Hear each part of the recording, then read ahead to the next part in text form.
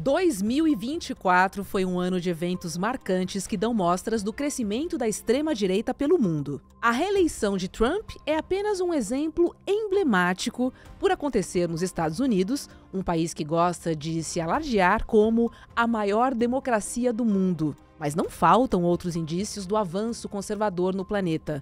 No Parlamento Europeu, a coligação de extrema-direita já tem praticamente 1/5 dos representantes. Na França, o desempenho surpreendente do partido de Marine Le Pen levou o presidente Macron a dissolver o parlamento.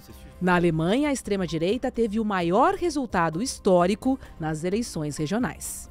E aqui, do nosso lado, Javier Milei prossegue em seu intento de destruir programas sociais e aprofundar sua agenda conservadora. Erdogan na Turquia, Narendra Modi na Índia e Bukele em El Salvador são expoentes da extrema-direita para a gente ficar de olho. E o que eles têm em comum? Uma agenda que inclui a disseminação de desinformação, notícias falsas e discurso de ódio. O que podemos esperar da extrema-direita em 2025 e como ela pode afetar o Brasil?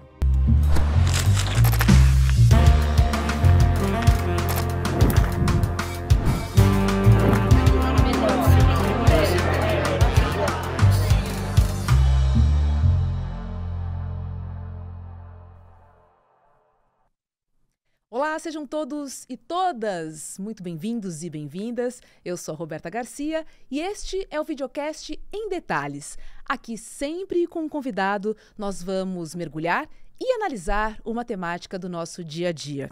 E neste primeiro programa do ano de 2025, eu recebo o professor, escritor, historiador e colega nosso aqui do ICL, com muito prazer, o professor João César Castro Rocha. Oi, professor, que prazer recebê-lo no primeiro programa do ano e eu já vou logo lançar a pergunta, tá? Quero saber como é que o senhor avalia as estratégias da extrema-direita para o Brasil em 2025, levando em consideração principalmente os aprendizados de 2024. Bom, Roberto, é uma alegria sempre grande conversar com você. Tenho certeza que um dia estarei aí do seu lado nesta mesa. Venha! Roberta, essa pergunta é muito oportuna. Eu vou aqui fazer uma proposta bem telegráfica para a nossa conversa. Nós precisamos nos dar conta de que a extrema-direita no Brasil está cada vez mais se afastando de um modelo puramente Trump-Bolsonaro, que é um modelo que pode ser chamado de extrema-direita tuiteira, que sempre produz factoides, sempre produz lacres e tem como uma obsessão a visibilidade nas redes sociais. E a extrema-direita no Brasil começa, de maneira muito perigosa, a assumir uma feição Viktor Orbán. Em outras palavras, em lugar de apenas valorizar o lacre e a visibilidade nas redes sociais, a extrema-direita no Brasil principia a se preocupar com a ocupação de espaços institucionais. Vimos, em 2023, a disputa pelos conselhos tutelares, assistimos em 2024 a disputa pelas eleições do Conselho Federal de Medicina da Ordem dos Advogados do Brasil e creio que veremos em 2025 uma preparação para o verdadeiro projeto da extrema-direita, que é tornar-se vitoriosa no Senado da República. Pois é, professor. O ano de 2025 certamente promete, né? Já tivemos a sua visão sobre a extrema-direita. Mas, por outro lado, eu queria entender com o senhor como é que a esquerda, né, a oposição, deve se posicionar a essas novas táticas que certamente são atualizadas ano a ano, né? A gente está falando de movimentos que são orgânicos e que se atualizam. Os movimentos progressistas tem que se reorganizar também para 2025 e, em caso positivo, quais são as principais frentes que a gente precisa ficar de olho? Eu acho que há duas frentes principais, Roberto, e sim, é necessário uma reorganização. Até porque, para fazer o gancho com o tema anterior, a partir do dia 20 de janeiro de 2025, a extrema-direita transnacional e a brasileira em particular ganharão um grande reforço com o retorno do Donald Trump à presidência, mas, sobretudo, com a presença do Elon Musk num cargo que será o equivalente de um ministério no Brasil. Se o X já fez com o Brasil o que já fez no ano passado, imagino que não fará a próxima eleição de 2026. Isso me traz a sua segunda pergunta. Me parece que o campo progressista precisa reagrupar-se em torno de duas questões fundamentais. Uma delas é a comunicação.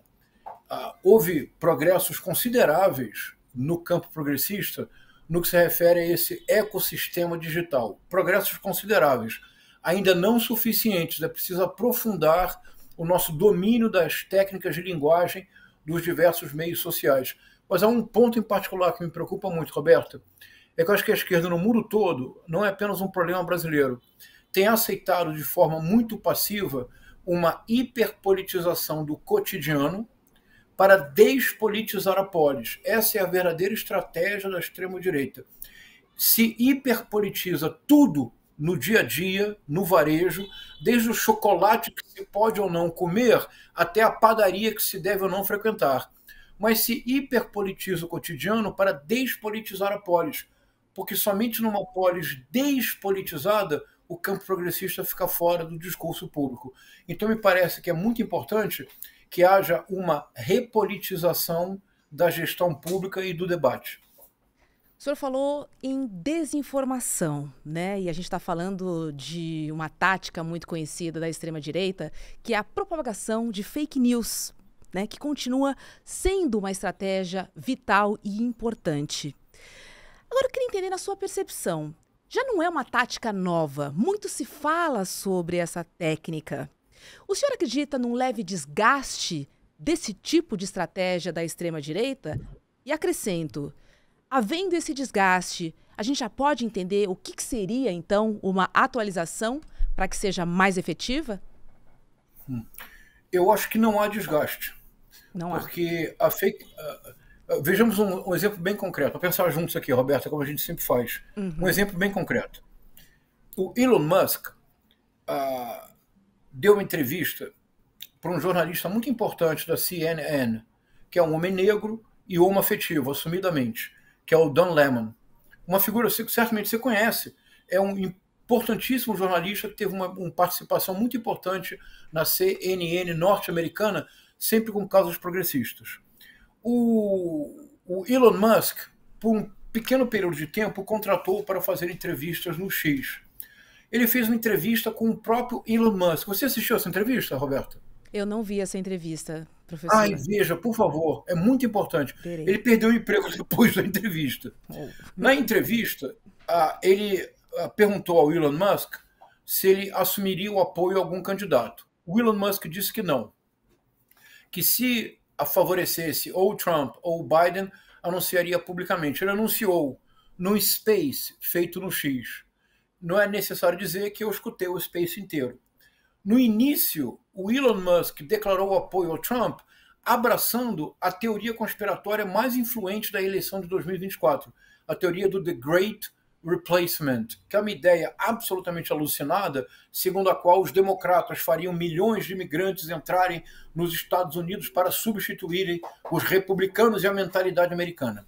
Que é uma teoria que começou na França, xenófoba, homofóbica, misógina. Bom, depois disso, o Elon Musk assumiu publicamente o apoio ao Trump, mas publicamente.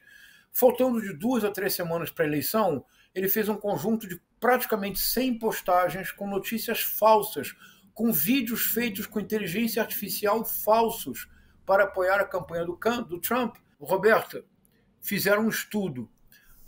As postagens com fake news do Elon Musk obtiveram, faltando 2 a 3 semanas para as eleições, 2 bilhões de visualizações.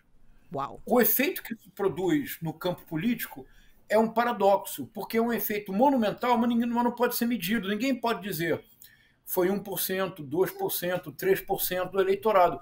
Mas, Roberto, o que significa? Que 2 bilhões de visualizações das fake news do Elon Musk. É isso que ele pretende fazer no Brasil em 2026. É gravíssimo. Então, as fake news não são uma tática desatualizada, porque agora você tem inteligência artificial, você tem deepfake, você tem outras formas de transmitir as fake news. E eu acho que nós vamos ter que parar para pensar com muita coragem na regulação das redes sociais. Me parece que é a única forma, a médio prazo, de salvaguardar o que resta de democracia no mundo. O senhor acha que valores falsos, por exemplo, soluções fáceis, e aqui eu posso incluir políticas muito populistas, nada eficazes, esses produtos também vão continuar a aparecer em 2025, correto? Vão sim, bom, Roberto, sem dúvida alguma. Eu acho que há uma questão da extrema-direita, e aqui eu acho que nós temos que ter coragem mesmo para pensar e assumir riscos. Então vamos juntos aqui assumir riscos, Roberto. Por exemplo, pensemos no Brasil. Como é possível, nós nos perguntamos, como é possível, e é uma pergunta que é a razão de ser do último livro do Gessé de Souza, companheiro de CL, O Pobre de Direita. Quer dizer, como é possível que no Brasil, no dia 30 de outubro de 2022, o Jair Messias Bolsonaro, que tinha tido uma condução não apenas desastrosa, mas propriamente criminosa na área da saúde pública durante a pandemia, com o total desrespeito a qualquer espécie de alteridade, com nenhum interesse pelo trabalhador, como é possível que ele tenha obtido 58 milhões de votos no dia 30 de outubro e por uma pequena margem não tenha sido reeleito? Vamos pensar aqui, e eu acho que isso se aplica para o mundo inteiro, Roberto. Não será que uma parte do campo progressista, e mesmo da esquerda, quando chega ao poder, tem se acomodado demais a uma estrutura política e uma ordem econômica que preserva precariedades durante décadas sem nenhuma mudança? Por exemplo, no Brasil. No Brasil, se você no Rio de Janeiro, se você é fluminense, 70% do território do estado do Rio de Janeiro são controlados ou pela milícia ou pelo narcotráfico. Então, Roberto, se você vive em qualquer uma dessas áreas, você vive um Estado democrático de direito do ponto de vista formal. Você vota a cada 4 anos para presidente, você pode eleger o seu partido, existe pluripartidarismo, existe liberdade de imprensa. Do ponto de vista formal, você vive no Estado democrático de direito. Agora, do ponto de vista decisivo para o cidadão e para a cidadã, que é a democracia enquanto acesso a direitos, você nunca viveu numa democracia, Roberta. Então, a permanência da precariedade, do emprego que se torna uberizado, da vida que é precarizada em todos os seus níveis, a esquerda chega ao poder e consegue estabelecer uma série de acordos e conciliações com o andar de cima. Mas e os que estão abaixo, Roberto? Então, percebe? Então, me parece que é muito importante que o campo progressista assuma o risco de combater o bom combate e, em algumas circunstâncias, de esclarecer para a população da maneira mais didática possível. Isso é que eu chamo de repolitizar o debate público. Por exemplo, agora, o Congresso aprovou, sem nenhuma restrição, todos os cortes de benefícios sociais. Todos. Quando houve uma proposta para reduzir os super salários de juízes, os deputados cortaram, Roberta. Então eles podem tirar, o salário mínimo passa a ter um limite de crescimento, mas o salário de juiz pode crescer sem limites. Então, eles resistem a permitir que quem ganha até R$5.000 não pague imposto de renda. Isso eles resistem a aprovar, mas eles não sequer aceitam discutir a taxação de grandes fortunas. Percebe, Roberto? Então aqui o campo progressista precisará compreender, não só no Brasil, que conciliação macunaímica o tempo todo pode ser um caminho para a derrota e para o avanço da extrema-direita, porque a extrema-direita não hesita em politizar todos esses aspectos do cotidiano. É interessante. A gente teve um final de ano com aprovações de tudo que foi contra, né, os avanços sociais de uma maneira célere, rápida. E cortar benefícios ficou agora para 2025, até que caia no esquecimento e a gente esqueça dessas pautas. A estratégia foi muito clara. O senhor acredita que o avanço da extrema-direita é um movimento cíclico, ou seja, ele teve o começo, o meio e terá o fim? Ou é uma mudança estruturante, global, que vai ser permanente daqui para frente? Eu sou levado a pensar que é uma mudança estruturante. A sua formulação é muito boa. É muito exata, Roberto, porque há muitas comparações que são feitas com a década de 20 e 30 do século passado e o avanço do nazifascismo. E são comparações muito importantes e muito iluminadoras. Mas eu acho que é uma dimensão que se perde, que eu vou propor agora telegraficamente. E eu acho que o que nós vivemos hoje, de fato, é uma mudança civilizacional. Do ponto de vista do comportamento, o efeito do universo digital e das redes sociais na sociabilidade, na estruturação mental, neurológica, já é preocupante. Roberta, nós hoje entramos num restaurante qualquer, restaurante popular, restaurante de classe média, restaurante de luxo. A paisagem social que nós encontramos é a mesma, não é? Nós encontramos um conjunto de pessoas que as pessoas estão divididas entre comer e ver o celular. Não é mais como no passado, em que a refeição era um momento de partilha, de compartilhar, de conversar, de reunir a família, de saber como foi o dia. É uma mudança civilizacional. Do ponto de vista da economia, eu tenho uma hipótese, é a seguinte. Hoje o capitalismo enfrenta a sua crise mais grave. Mas é preciso dizê-lo com cuidado, senão você vai achar que eu sou um youtuber stalinista que acredita que o comunismo volta amanhã. Não. O que eu estou dizendo é que a crise do capitalismo é a crise da própria utopia que deu origem ao capitalismo. Qual é a utopia que dá origem ao capitalismo? É a ideia de que é possível uma acumulação infinita da riqueza. O pai será mais próspero que o filho será mais próspero que o pai, que foi mais próspero que o avô, que teve uma prosperidade que o bisavô sequer imaginou que era possível. É o American Dream, o American Way of Life. Mas, Roberta, para dizê-lo brevemente, essa ideia que move todo o capitalismo, move, por exemplo, essa geração de jovens empreendedores. Roberto, o que dizer agora dos coaches de 14, 15 anos que estão se tornando uma febre, que dizem que não querem estudar Aristóteles porque Aristóteles não ajuda a comprar Ferrari. Que isso, Roberta? Pois bem, essa ideia do capitalismo tinha uma noção implícita que agora revelou-se impossível. É que só seria possível um sistema de acumulação infinita de riqueza se a natureza igualmente fosse um reservatório infinito de riquezas, me permite a redundância, naturais, renováveis. A crise verdadeira do capitalismo é a crise climática. É o fato concreto de que esse modelo de exploração do planeta, de exploração dos outros, de exploração da vida, nos está levando a um colapso e a um esgotamento completo. Não é casual que a extrema-direita tenha se tornado visível mundialmente na passagem da década de 80 para a década de 90 do século XX, precisamente a partir da matriz de todos os negacionismos, o negacionismo climático. Portanto, a essa mudança profunda corresponde o avanço da extrema-direita transnacional. É muito mais radical do que o nazifascismo dos anos 20 ou 30. Nós precisamos ter a coragem de enfrentar e de dizer com todas as palavras: o capitalismo ou radicalmente altera a sua estrutura, ou em 100 anos não haverá mais planeta. Interessante o senhor falar sobre esse avanço transnacional, né? E essa união que existe da extrema-direita global. Eu vou citar alguns líderes e alguns países para a gente tentar traçar alguns prognósticos para 2025. Vou começar com a Turquia, professor. O que esperar da Turquia de Erdogan? Dois exemplos, o Erdogan e o Orbán, o Viktor Orbán da Hungria, se você me permite juntá-los, eles são o modelo que a extrema-direita tende a seguir a partir de agora. Tanto Trump quanto se voltarem ao poder no Brasil.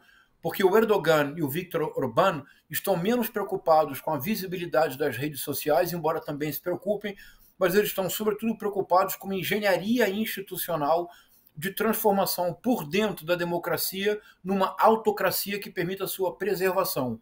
Por isso, o Erdogan, se não enfrentar nenhum problema sério de caráter externo na Turquia, preservará o seu poder provavelmente intacto. Vamos para a França, então, porque sabemos que o desempenho surpreendente de Marine Le Pen na França levou o presidente Emmanuel Macron a dissolver, né, o parlamento. E aí eu pergunto para o senhor, o que esperar da França, de Marine Le Pen e de Emmanuel Macron em 2025? O Emmanuel Macron está produzindo uma crise que pode levar, de maneira surpreendente, a Marine Le Pen ao poder. Até agora, todas as ocasiões em que ela esteve próxima, como aconteceu no ano, como aconteceu agora, a esquerda conseguiu, de maneira surpreendente na França, unir-se e a esquerda venceu as eleições, Roberta. Foi o Emmanuel Macron que se recusou a nomear um primeiro-ministro da esquerda. E isso tem levado a França a uma situação propriamente imprevisível. Eu espero que o Emmanuel Macron não dobre essa aposta insensata, porque o resultado desfavorável dessa aposta pode ser o triunfo da Marine Le Pen. Vamos para a Índia falar de Narendra Modi? O que esperar? O Modi estaria muito próximo ao modelo do Erdogan e do Viktor Orbán. Ele tem, porque o que eles conseguiram fazer na Turquia, na Índia e na Hungria é justamente o que não se fez nos outros locais, por enquanto, onde a extrema-direita chegou ao poder. Eles realizaram uma engenharia social de grande alcance, com modificação de legislação eleitoral, com um controle muito grande dos meios de comunicação. No caso do Viktor Orbán e do Erdogan, com um controle muito grande da universidade, e eles provavelmente permanecerão por um bom tempo no poder. O caso da Hungria é muito claro. Como eles mudaram a forma de calcular o coeficiente eleitoral dos distritos húngaros, ainda que o Viktor Orbán perca uma eleição, o seu partido, o Fidesz, provavelmente mantém o poder. A gente vai trazer a Alemanha porque a extrema-direita obteve um resultado bem importante e histórico, né, nas eleições regionais. Falamos de Índia, falamos de França, de Alemanha. E eu queria entender com o senhor quais são os fatores que explicam esse crescimento tão exponencial da extrema-direita, principalmente se a gente levar em consideração os históricos desses países, né, com culturas tão diversas. O que unifica? Qual é esse discurso que funciona para a França, funciona para a Índia, funciona para a Alemanha? A extrema-direita identifica, é preciso dizê-lo, a extrema-direita identifica corretamente o problema. O problema hoje no mundo é o trabalho, é a uberização das condições de trabalho, que implica a precarização das condições de vida. A identificação do problema é correta. É preciso uma mudança no sistema, uma mudança no sistema capitalista. Mas qual é a proposta da extrema-direita? Na Europa, vamos expulsar os imigrantes. Nos Estados Unidos, vamos expulsar os latinos. No Brasil, a extrema-direita identifica corretamente um problema que eu, que você, que todos nós sentimos na pele no Brasil, que é o problema da segurança pública. A identificação do problema é correta. Qual é a solução que a extrema-direita oferece? Vamos armar a população. Bandido bom é bandido morto. Percebe, Roberta? Então, o que há de comum é que com a crise mundial, todos os benefícios sociais, não apenas no Brasil, o que está acontecendo hoje, que querem cortar os benefícios sociais brasileiros, já aconteceu no mundo inteiro. Consequência, você tem hoje uma geração muito grande de pessoas da Europa, nos Estados Unidos e no Brasil, que está literalmente à margem desses benefícios sociais e são facilmente capturáveis pelo ressentimento, pelas estratégias da extrema-direita. Falamos bastante da Europa, falamos de Donald Trump, que volta a ser presidente dos Estados Unidos em 2025 e certamente vai representar um grande reforço para esse avanço global da extrema-direita. E eu pergunto para o senhor, talvez 2025 seja o ano mais desafiador para os progressistas ou não? Com certeza, Roberta, é tão bom falar. É o primeiro programa do ano, não é? É. Então vamos começar. O ano de 2025 é o mais importante das nossas vidas recentes, porque ele antecede a eleição de 2026. E ele será o ano decisivo, porque será o primeiro ano do Donald Trump, com energia completa, com a presença do Elon Musk como ministro do Donald Trump. Roberta, o Elon Musk virou o Sérgio Moro do Trump. Uau, o Sérgio Moro assegurou para o Bolsonaro a inelegibilidade do Lula, não foi? E ele teve uma recompensa, que foi um super ministério. O Elon Musk tornou-se o Sérgio Moro do Donald Trump. Ele recebeu a sua recompensa. Então 2025 será um ano muito desafiador. Agora, algo muito importante, que eu tenho confiança que acontecerá: a prisão de Jair Messias Bolsonaro. Era essa a minha próxima pergunta, inclusive. Para a gente fechar. Espero. É essa. Não, então. pode dar sequência, professor. Era essa. Pode dar sequência, porque era essa que a gente faria a saideira do Em Detalhes de hoje. Veja, o Brasil foi, ao mesmo tempo, um laboratório da extrema-direita. Não houve, por enquanto, Roberta, no século XXI, nada que se compare ao que ocorreu no Brasil durante os anos de Jair Messias Bolsonaro na presidência. Não há nada no mundo no século XXI que se compare ao que ocorreu entre o 30 de outubro de 2022 e o 8 de janeiro de 2023. Aproximadamente, não se sabe ao certo, mas entre 40 e 50 mil pessoas passaram mais de 2 meses diante de quartéis solicitando de formas as mais desesperadas e por vezes cômicas, tragicamente cômicas, a intervenção militar para democracia. Em Porto Alegre, pessoas solicitaram auxílio aos extraterrestres, aos alienígenas, para manter Bolsonaro no poder. Em várias rodovias do Brasil, as pessoas se reuniram diante de pneus murchos. Além de tudo, os pneus eram murchos, Roberto. Diante de pneus murchos para rezar, de modo que houvesse uma intervenção divina e mudasse o resultado das urnas. Ou seja, um delírio absoluto, que eu chamo de dissonância cognitiva coletiva. Em nenhum outro lugar do mundo no século XXI a extrema-direita se capilarizou tanto, se enraizou tão profundamente e teve uma deriva tão radical quanto no Brasil. Fomos um laboratório de fake news, teorias conspiratórias, gabinete do ódio. Ao mesmo tempo, o Brasil, graças ao fato de que nós temos uma legislação eleitoral de nível federal, os Estados Unidos não têm, Roberto. Não existe nos Estados Unidos Tribunal Superior Eleitoral. Graças ao fato de que nós tivemos um Supremo Tribunal Federal que esteve à altura do desafio que lhe foi imposto. Nós já, 6 meses depois do resultado das eleições, o Jair Messias Bolsonaro já foi considerado inelegível. A Polícia Federal e a Procuradoria-Geral da República, sem nenhum assodamento, sem nenhuma espécie de lava-jatismo, já indiciaram 33 nomes, entre eles o de Jair Messias Bolsonaro. Pela primeira vez na história da República, um general 4 estrelas foi preso por ordem do Poder Judiciário. Antes já houve generais 4 estrelas presos, mas por ordem ou do Executivo ou de militares. Um general 4 estrelas preso por ordem do Judiciário, que não se submeteu à espúria justiça militar, isso é novidade. É muito importante que haja o julgamento com presunção de inocência, com pleno direito ao contraditório, com todas as prerrogativas da defesa respeitadas, porque somos democratas, mas é muito importante que no ano de 2025 nós cheguemos a uma conclusão do inquérito do golpe, da tentativa de golpe.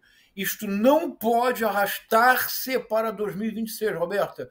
Caso contrário, nós teremos eleições absolutamente marcadas por um clima de tensão crescente e de anormalidade. Por isso, me parece, pelas indicações, que em 2025 nós assistiremos, não digo a prisão do Jair Messias Bolsonaro, a prisão de ninguém nos alegra, em nenhuma circunstância, mas que nós assistiremos a um momento muito importante da democracia brasileira, em que militares golpistas serão julgados pelo judiciário e não pela justiça militar, que obviamente os absolveria, e, sobretudo, que o líder da tentativa de golpe, Jair Messias Bolsonaro, seja levado a juízo e, se condenado, vá para a prisão em 2025, de modo que em 2026 o clima político seja respirável. Professor João César de Castro Rocha, 2025 promete. Teremos fortes emoções e é muito bom ter o senhor conosco aqui no ICL para poder fazer essas análises paulatinamente, ao mesmo tempo em que as informações vão chegando e os processos avancem. Obrigada, teremos um ano desafiador, porém extremamente necessário. Esse ano de 2025 é o que vai direcionar, é o que vai apontar. 2026, 27, 28, então estamos de olho, professor. Obrigada por sua participação aqui no Em Detalhes. Um beijo. Muito obrigado, Roberto. É sempre uma alegria grande conversar com você e um excelente 2025 para todos nós. Muito obrigado. É isso. O Em Detalhes de hoje fica por aqui. Na sequência tem ICL Mercado e Investimentos com Débora Maganha e André Campedelli. Um ótimo 2025 para todos nós e a gente se vê aqui na programação. Tchau, tchau.